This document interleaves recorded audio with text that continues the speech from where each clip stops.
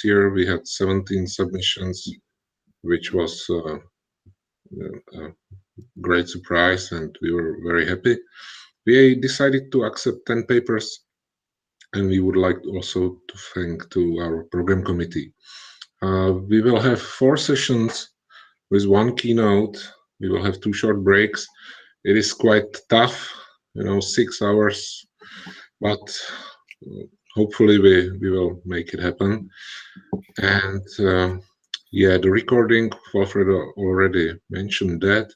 Gonzalo mentioned in Slack that you can use Slack or chat here to ask questions or even, continue with some further discussion after the workshop. We would like to collect the slides also after the workshop. And as usual, the final proceedings will be organized, let's say, in 1 month or something like that, to give you some time to incorporate some final modifications based on the reaction of the audience or so on. And during the summer, I would like to negotiate everything with Springer and keep it moving. So this is the plan. Thank you all for coming, and I think I can stop my welcome message and give the word to the first speaker, which will be Shohei. So the floor is yours, and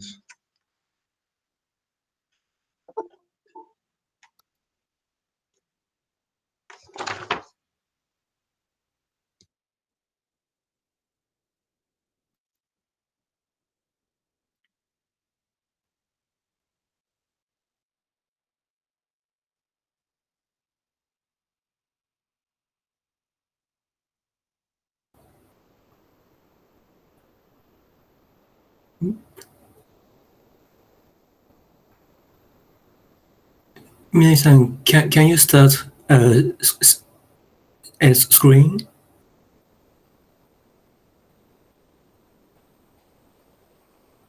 Sorry, I had some trouble. Okay, but it is solved now. Yeah, great, we can see it. Okay, can you see our slides? Yes, we can see your slides. Okay, thank you. Okay, and sorry, let me confirm. The pointer is visible. Red pointer. Maybe no. Sorry. No. So. Also, editing screen is visible, not full screen. Okay. Okay, sorry.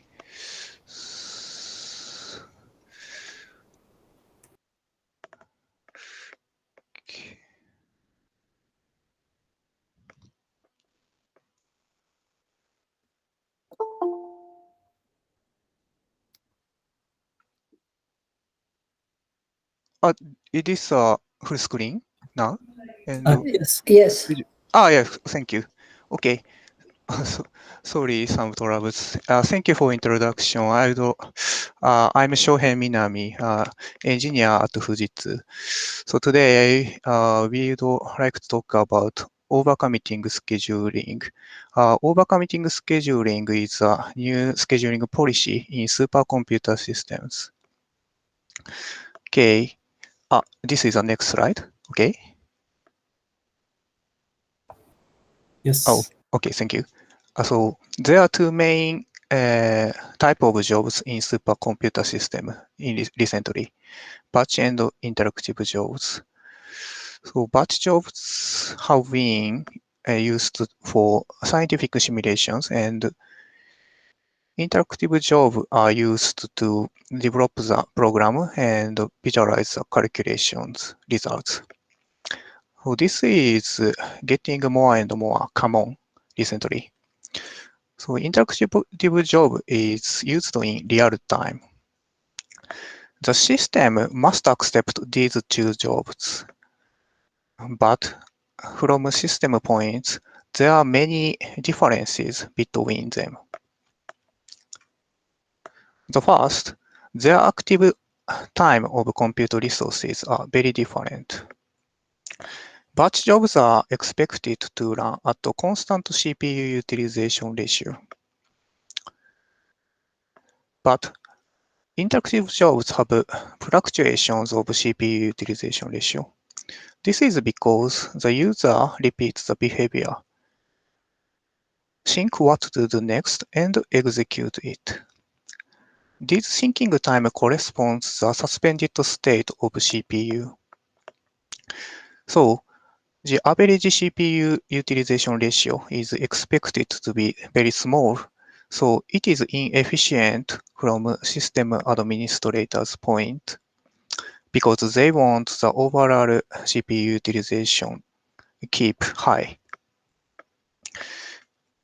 Okay, next, the second is response time is severe in interactive jobs.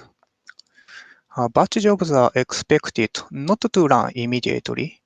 So in this figure, all compute nodes are occupied, but this is not a problem.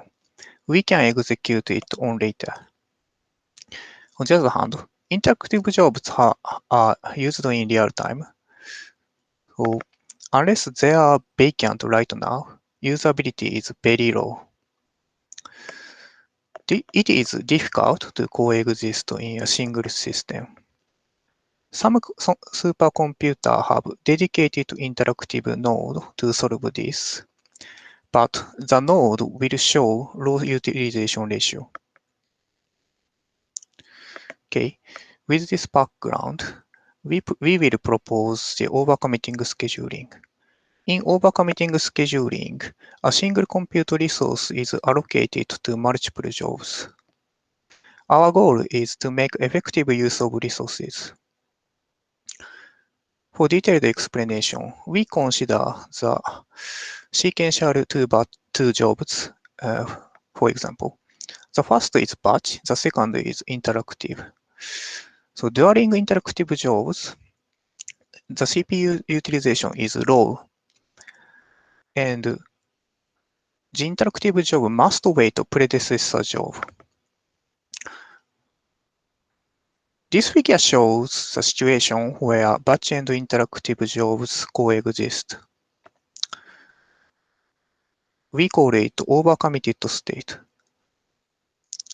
During this period, the both utilization are 50%, but using this policy, we may solve these two problems.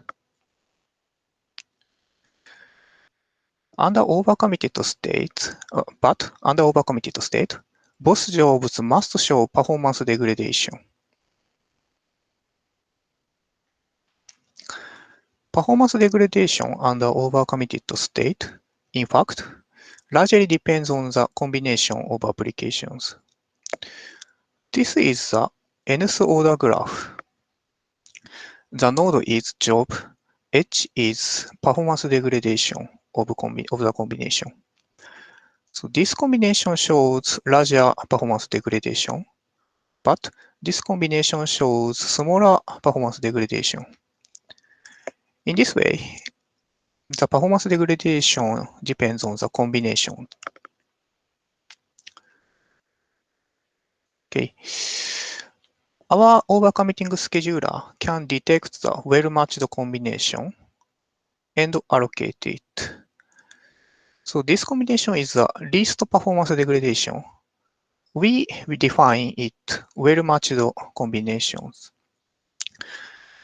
And using the predictor, we can calculate the performance degradation.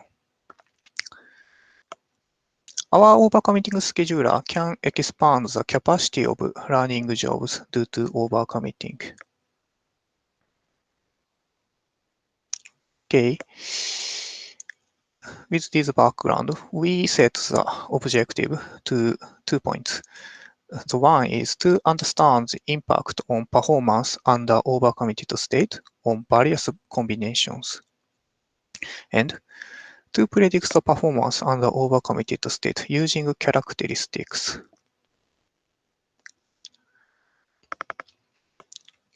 Okay, this is a quick view of our research. Our goal is to realize overcommitting scheduling in supercomputer systems. Our main contributions are these 2 points: understanding the impact on performance and building the model to predict the performance using performance counters. Okay, for now, we will talk about the impact on performance under overcommitted state. Okay, the performance degradation depends on the combination. So we want to know all H value for experimental cases. And through observing it, we want to know the trend. And we should verify it can lead to performance improvement as overall systems. Okay, this is our experimental setup and terminologies. This time we apply hyperthreading technologies to make overcommitted state like this. So the multiplicity of overcommitting is limited to 2 this time. Our target workload is NAS parallel benchmarks, which mimic various HPC applications. We call the evaluation target of performance victim and the other opponent. Okay, we will introduce the degradation ratio as evaluation criteria. Degradation ratio shows the performance degradation of job combination. Okay, this is the degradation ratio of victim. This is the speed down due to overcommitting, and we normalize this value by opponent's execution time. If the application is intermittent, we use the sum of these fragments as the execution time. The degradation ratio of opponents can be gained in same way. Finally, we can get total degradation ratio as the sum of these 2 values. So if we want to verify the combination is well matched, we look E value. Okay, if E equals 1, it shows the performance degradation according to only the effect of CPU utilization. During overcommitted state, both utilization are 50%, and the speed is half. But they don't change the sum of elapsed time in total. So they maintain the performance in total. If E is less than 1, it shows a performance degradation less than the effect of CPU utilization. So they improve relatively in total. If E is greater than 1, it shows a performance degradation beyond the effect of CPU utilization. They degrade truly in total. So we call it true degradation case. Okay, this is the result when 2 batch jobs overcommit. These 2 figures shows the result when victim is SPB and CGB. So horizontal axis shows opponent application and vertical one degradation ratios. The red and blue line shows the threshold value. This is for E. This is for E and EV and EO. Okay. In SPB, degradation ratios are less than threshold value in most cases. So which indicates that overcommitting using hyperthreading has advantages in performance. On the other hand, in CGB, degradation ratios are higher than threshold value, which indicates overcommitting incurs larger performance degradations. So this application should be excluded from overcommitting. So in fact, CGB is cache-friendly application. So it might have occurred cache eviction frequently. Through these two cases, we found the performance degradation depends on the combinations. Okay. In our experiment, we have observed that most of NPB applications had the trend similar to SPB. This table shows the ratio of cases with the value less than threshold and more than threshold. This shows 92% of all the combinations have the value less than threshold.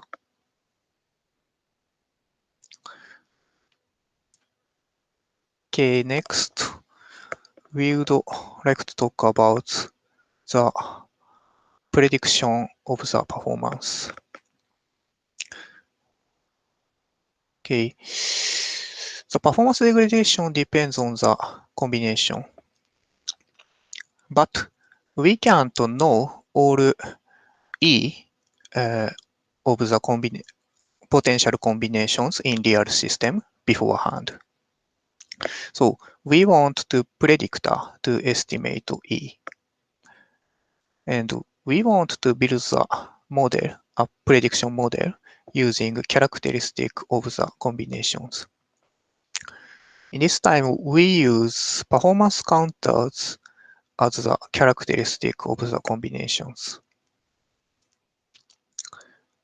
We want E, but don't need accurate E as long as we can know whether the true degradation occurs. With that information, we can avoid the true degradation.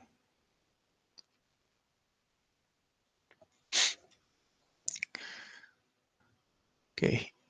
In our prediction model, we predict the probability that true degradation occurs. Input variables are performance counters and binary label. The binary label is whether true degradation occurs or not. And the output value is the probability. Okay, in this prediction model, we select some performance counters to build the model using statistical method. We use the linear logistic regression model in this model. The formula are these here. So this is a kind of supervised learning.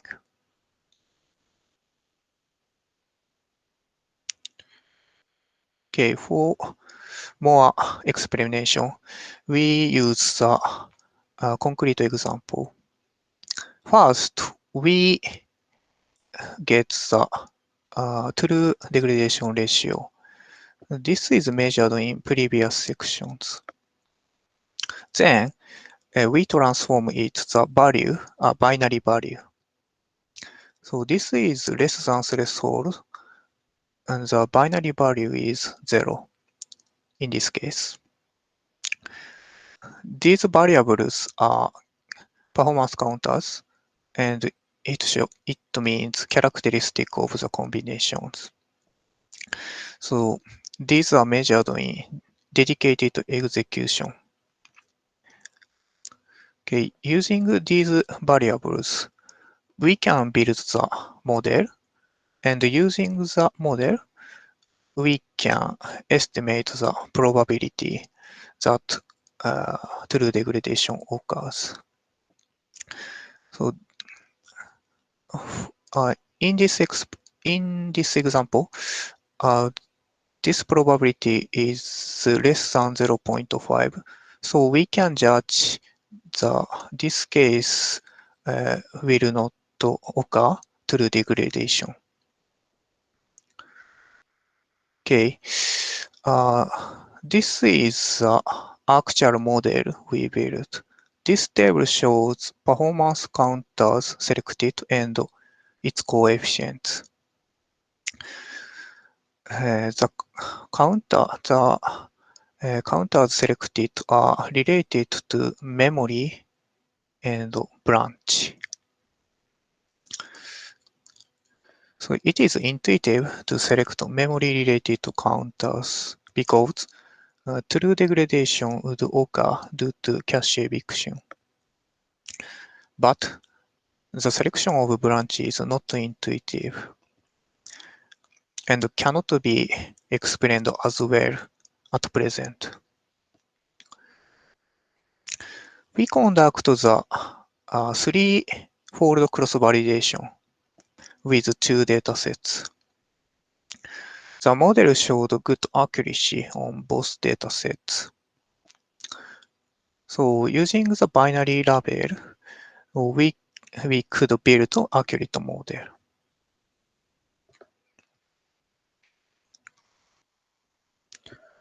Okay, let me conclude our presentation. Our goal is to make realize overcommitting scheduling in supercomputer systems. Our main contribution are these 2 points: understanding the impact on performance and building the model to predict the performance using the performance counters. For future work, we have a lot of things to do, but sorry. This is the most important thing we think. So because we should verify the usefulness of overcommitting scheduling policy. So next, we want to use the simulator and real workload to verify it. Okay, that's it. Thank you. Thanks a lot. Thanks for keeping the time. Gonzalo, do we have questions, please? We do, actually. It's a question from you. So the question is, what are the MPV applications first? And the second question is if it's, well, it's the same. If it's batch or it's interactive application, the MPV. Sorry. Yes, okay. What is the NPB application you mentioned on a slide that? Okay. Sorry. My sharing is off now. Sorry. Okay. I just wonder what the NPB means. Is it some special type of application or?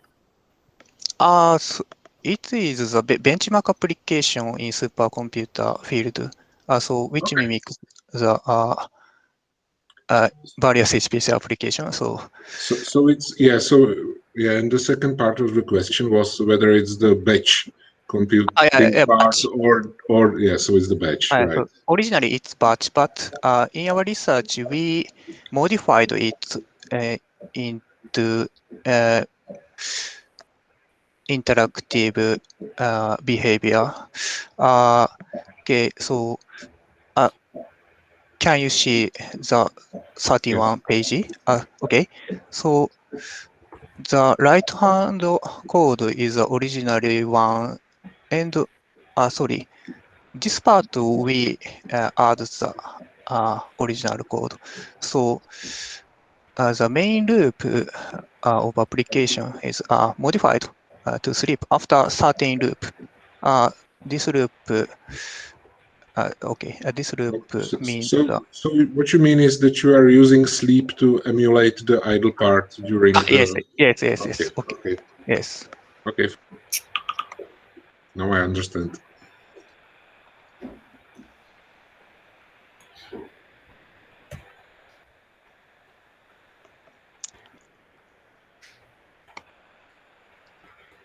Anyone else?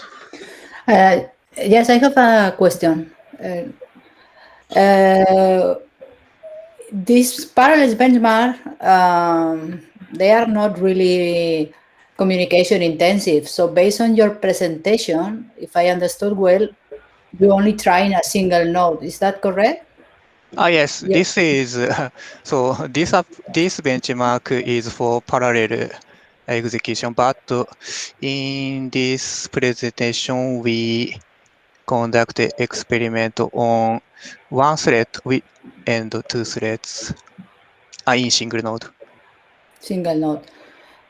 I think probably you will find very different results if you try in multiple nodes, because then you will be the effect of the load imbalance or the collateral effects in parallel executions.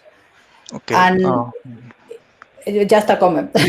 I have a question. Is in your predictive, in your proposal for prediction, you are using performance counters, which will be available at runtime. I mean, once you execute the application. So I thought the idea was to select the victims to decide the right placement, no? So then how do you plan to mix the two things? Because these performance counters will not be available at submission time or at scheduling time. It will be available once you start the application. Okay. If I understand your question correctly, so you mean we cannot measure the performance counter value in scheduling phase? No. My question was if your prediction is supposed to be used at the scheduling time, and if that's correct, then you will not have available the performance counters, because the performance counters will be available when you start the application and you measure, no? Or maybe I misunderstood. How do you plan to use your prediction system? Okay. So at present, this is the optimal model. So you mean the branch is not need. You mean not? Sorry. I'm Toshio, one of the authors, and yes, your comment is very important. And actually, we consider the measuring performance counters beforehand, and it's maybe difficult sometimes. Actually, we assume that we can correct such performance counter variables for each job types by using preliminary measurement phase. Okay. So, yeah. Okay. So sorry. So this is concept of preliminary execution. So in this is a concept of overcommitting scheduling system. So first we measured the performance counters of the jobs in dedicated execution, and for a brief time passed, we kill it. So using this information, we will gain the probability, and then we do overcommitting. This is the plan at present. Okay, thank you. Okay, we should move to the second speaker, please. So thanks you once again, Shohei, and Okay, thank you. let's go to the second talk. Timing is good so far, so let's keep it that way. Yeah, hi, I'll present. Let me know when my screen is up.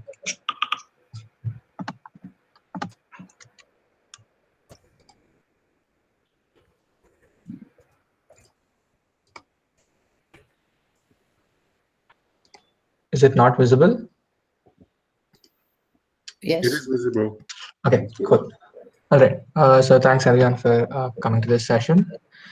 And I'll start off by noting the major contributions of our work, right? So we first present a local container scheduler that uses historical runtime data to determine a container to core mapping that benefits performance.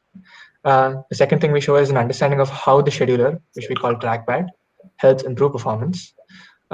Third one is the evaluation of Trackpad versus the naive case, where there is no scheduling policy that has been applied on the containers. And a fourth contribution is a technique to strategically coalesce containers to minimize the communication overhead induced because of the decoupled nature of the microservices, right? So, quick introduction. More and more cloud-based applications are adopting a microservice-based approach due to the benefits that this approach offers, such as ease of scalability and increased modularity. But due to the decoupled nature of microservices, there is a communication overhead that impacts performance. So our approach kind of aims to strategically schedule microservices to minimize this overhead and in turn improve performance. Right. So the past few years have seen an increase in per socket core count for server architectures. These servers also have multiple NUMA nodes and behave like a mini distributed system wherein multiple microservices can be deployed. So hence it is important to kind of understand how to schedule microservices within such systems.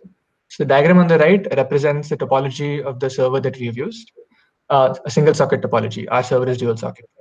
So this is the AMD EPYC 7401 48 core server. Each light blue box indicates a core complex, which comprises of 3 cores that share an L3 cache.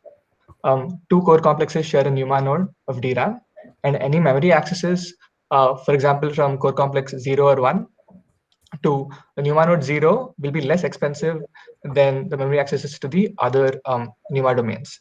And our topology aware scheduler kind of takes this into account to generate the placement scheme, right? So how does our approach work? So basically, this diagram kind of is a kind of tries to display the approach. So on server 2, we see that all the microservices that are deployed by the application have access to both core complexes. And on server 1 is our approach, where microservices are kind of pinned to specific core complexes. So over here, kind of the first benefit we kind of see by pinning microservices to particular core complexes is that it reduces resource contentions, right? So microservice 1 and microservice 2 will not have to compete with 3 and 4 for CPU, for example, right? So that's the first advantage of scheduling microservices in such a way. So our approach basically takes 3 steps. First is we analyze the workload for a certain amount of time to see how the workload utilizes the system resources. Then we schedule microservices by imposing resource constraints. And while allocating these resources, we try to kind of utilize the server resources as efficiently as we can. So how is our placement scheme generated? How do we kind of generate this microservice to core complex mapping, right? So this particular figure is a figure of the T-store application, which is comprised of 7 microservices, each highlighted by the sphere, the circle, sorry. The behavior of the get products workload of this particular microservice has been modeled by this graph. This workload is basically a get request that lists all the products in the database. So the node weights that are represented, right, like 4.88% for database and 13.64% for recommender, are basically the individual CPU utilization metrics for that particular container. And the edge weights represent the amount of data communicated over the course of the workload. So our scheduler kind of models the workload in a similar manner and then generates partitions. So the partitions are generated based on 2 criteria. The first one is to minimize the edge cut. So the edge cut is the sum of the edges in any partition of the graph. And this is equivalent to minimizing inter-core complex communication, because each partition will be pinned to a particular core complex, right?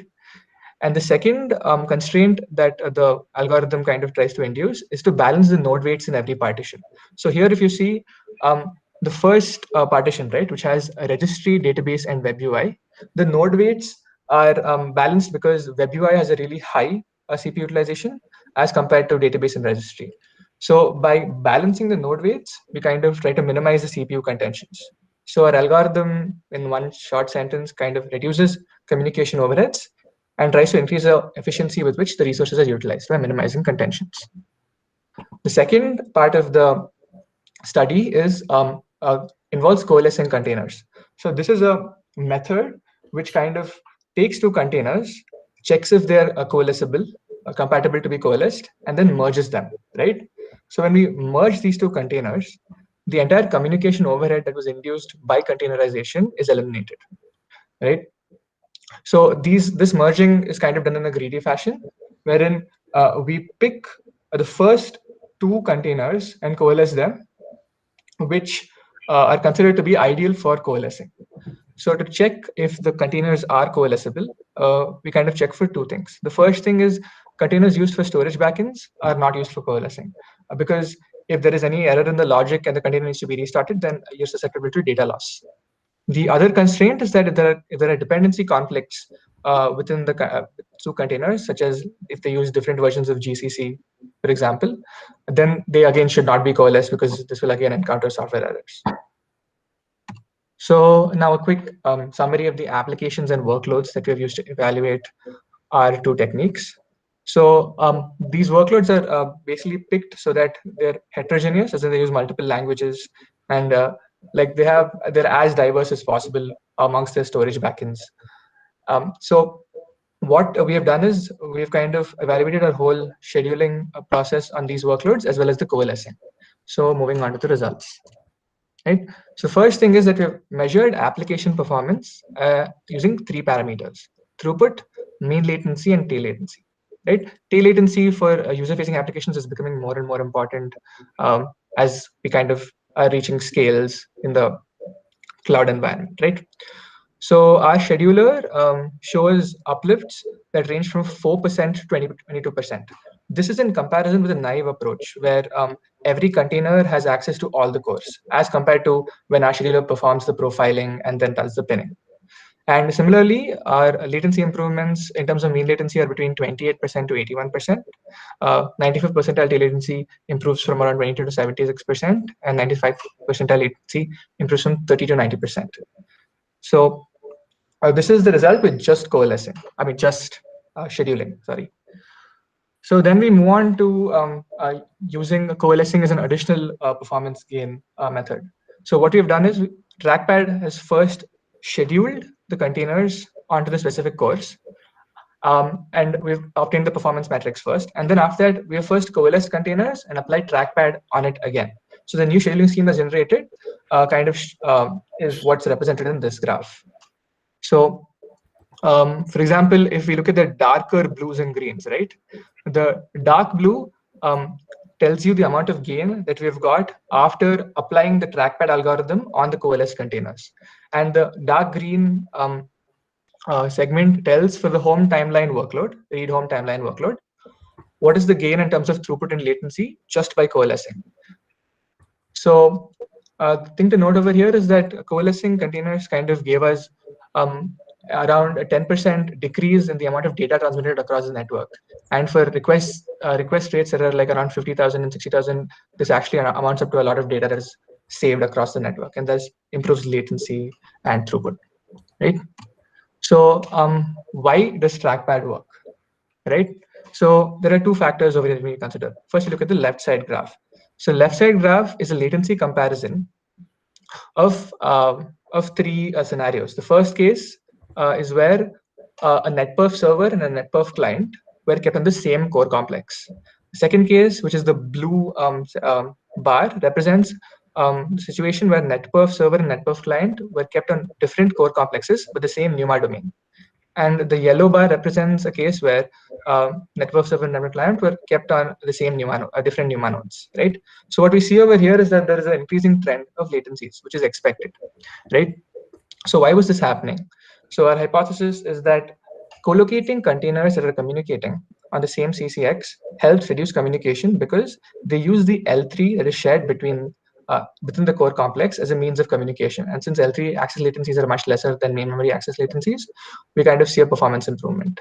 Since Trackpad does the same thing with communicating containers by minimizing the edge cut, we kind of expect a performance improvement in terms of communication latencies.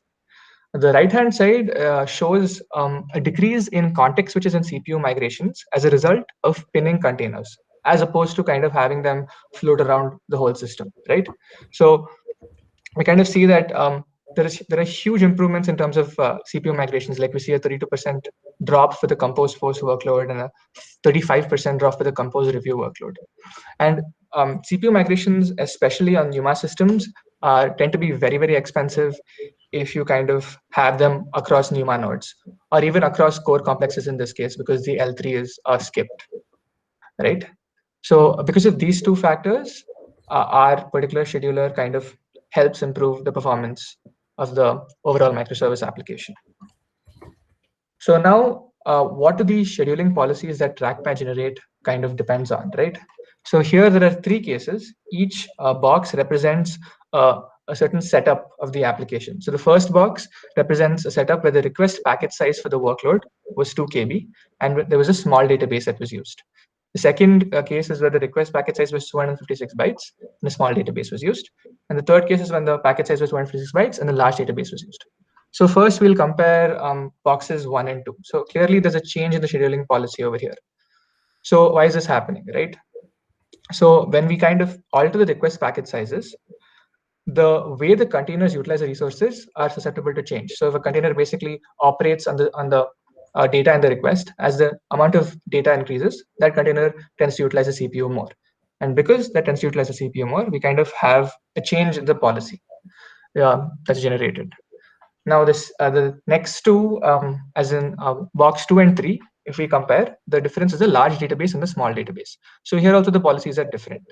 So this is happening because as the underlying database kind of starts increasing, both CPU and memory utilization kind of go up. And this again affects the policies that are generated by Trackpad, right? So that is quick explanation of what are the two main things that can kind of affect scheduling policies that are generated by Trackpad. So over here, the thing to note is that our procedure, over here, once the placement schemes are generated, right, there's a Docker API that supports on-the-fly reallocation of resources. So there's a command called Docker update, which alters C groups as and when the containers are running and partitions the containers as required by the Trackpad scheme. So when this happens, the performance, the change in performance is seamless because the C groups are altered while the container is running. There's no restart of the application required, and this happens during runtime. And our algorithm that does the container splitting takes less than a few milliseconds, even for graphs with around 500 nodes, 500 edges. And the reallocation of the resources also is pretty quick. At least for our server, we saw that it was happening within a few seconds. So this performance change is pretty seamless. Right. So yeah, so our further work that we have planned is to factor in the impact of NUMA into the container communication model. Right now, we have only one node weight, which is a CPU utilization. So we want to kind of factor in memory utilization to also create better partitions. Second thing is that coalescing can have very adverse security implications because two containers are supposed to be secure. When we merge them, we kind of lose that. So we're going to investigate the implications of coalescing. The third one is to automate the whole process. That is, with the Trackpad scheduler, we kind of automate coalescing and kind of have a tool which kind of does both and helps performance as best possible. So yeah, that was the talk. Thank you for listening. Thank you, Vishal. Thanks for keeping the time. That's great. We have plenty of time for discussion. So I actually have questions myself. I put them in the chat, but I have a couple of questions. So Okay.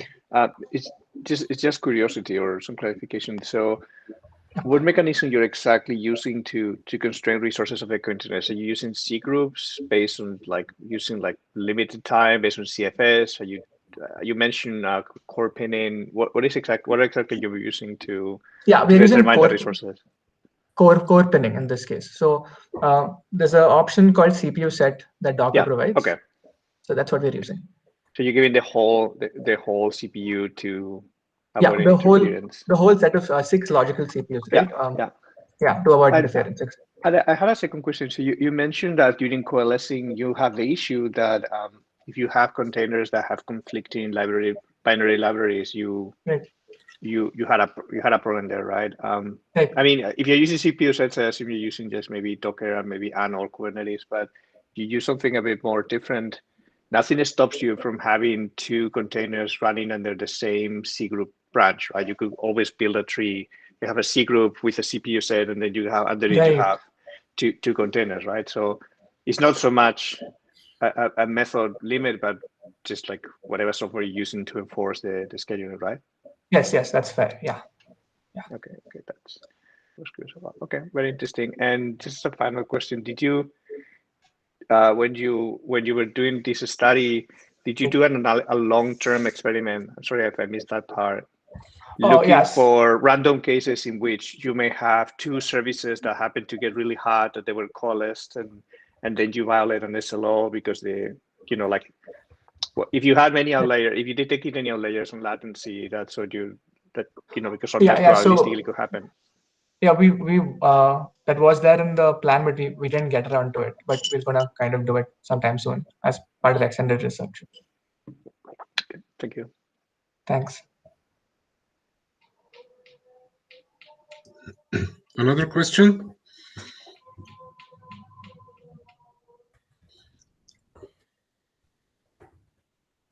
Okay, so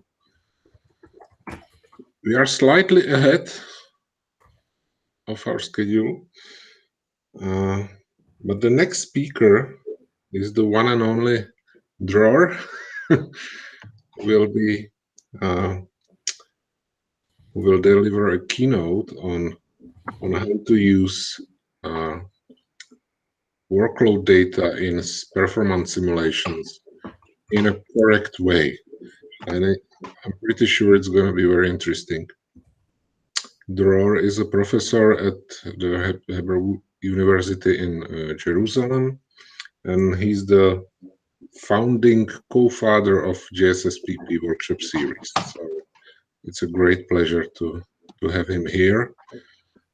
I'm not exactly sure if we should wait a little, just in case someone wants to, catch the exact time.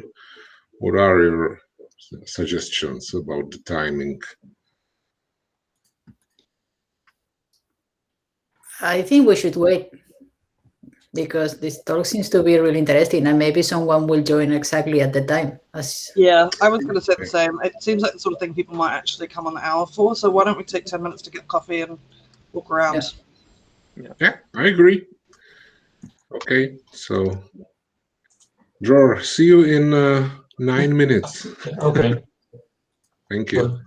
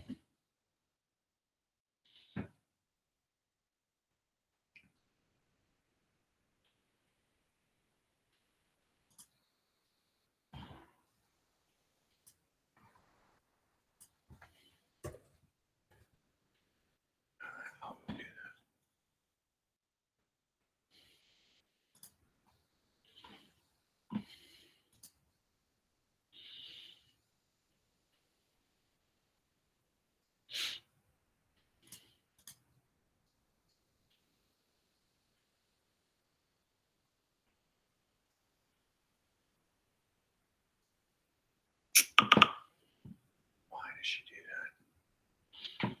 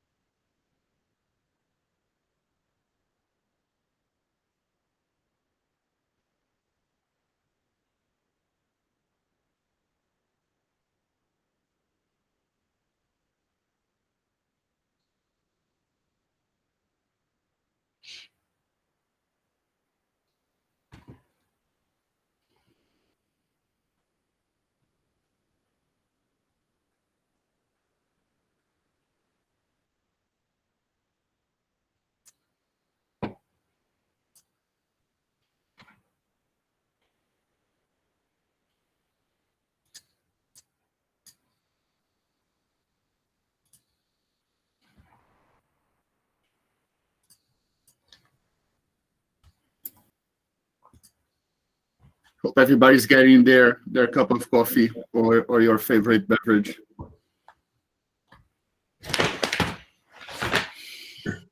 Yeah, exactly.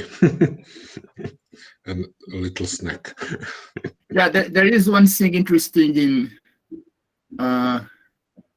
Meet is that you can go to a separated room if you want just to chat privately. A little bit like if you are in a conference, you can, walk out and go to an aisle, go to a place and have a chat. I think this is the part that is harder to reproduce in online conferences, the ability to, just have random conversations in the corridor. Yeah. Yeah, there's no 10 o'clock at night at the pub track when you're on Zoom, as they are all meet. Yeah.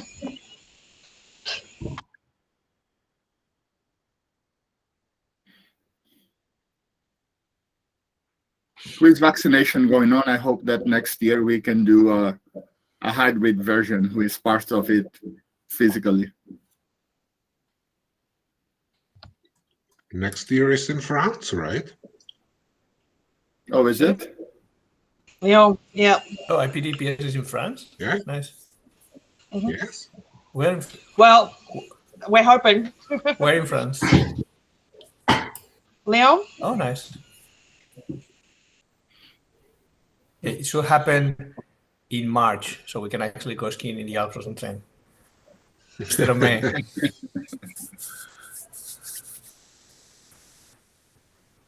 Might be possible still now.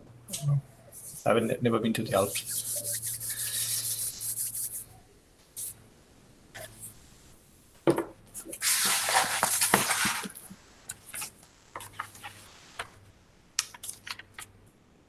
Yeah, it was very interesting. I don't know if the author is still here, but the coalescing work was very interesting. I think it shows, it reflects something that is a catch that many people are suffering when we need to microservices. When they went from the bare metal world, they're used to pack stuff in the same node, and they somehow have the perfect source of how to pack services together.